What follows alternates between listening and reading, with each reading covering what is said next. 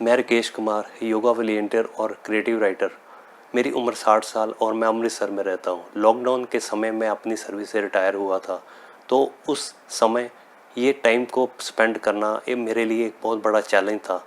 मैंने उसको बहुत ही सुंदर ढंग से व्यतीत किया और उसका परिणाम है कि आज मैंने कई अचीवमेंट्स हासिल की।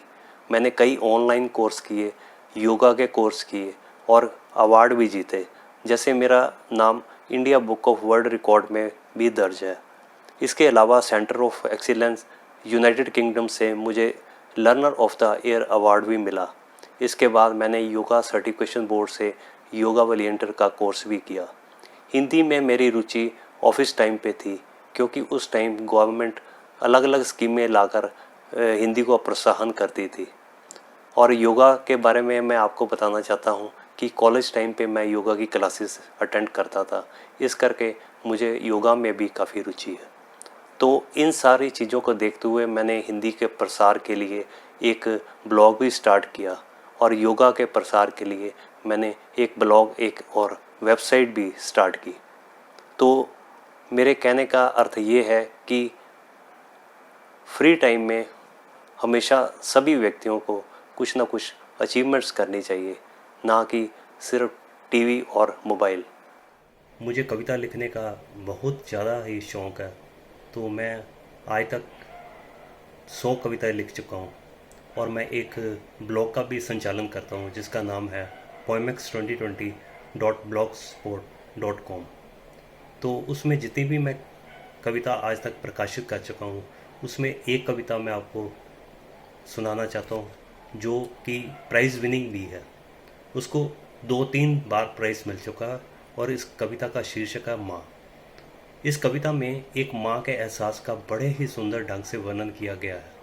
वे अपने बच्चों के भविष्य को संवारने की खातिर कठिन से कठिन परिस्थितियों का सामना करने के लिए भी तैयार रहती है, लेकिन वास्तविक जीवन में ये देखा गया है कि माता पिता के बुढ़ापे में बच्चे अक्सर उसका साथ छोड़ देते हैं।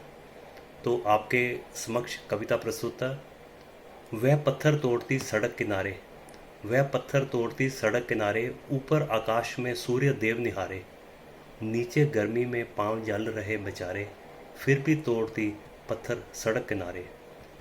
एक लक्ष्य है, एक लक्ष्य है, एक उम्मीद है, क्या संवार सकेगी जीवन अपने लाल का, जो दूर एकमात्र वृक्ष की छाया में पड़ा अपने माँ के आने की राह निहारे।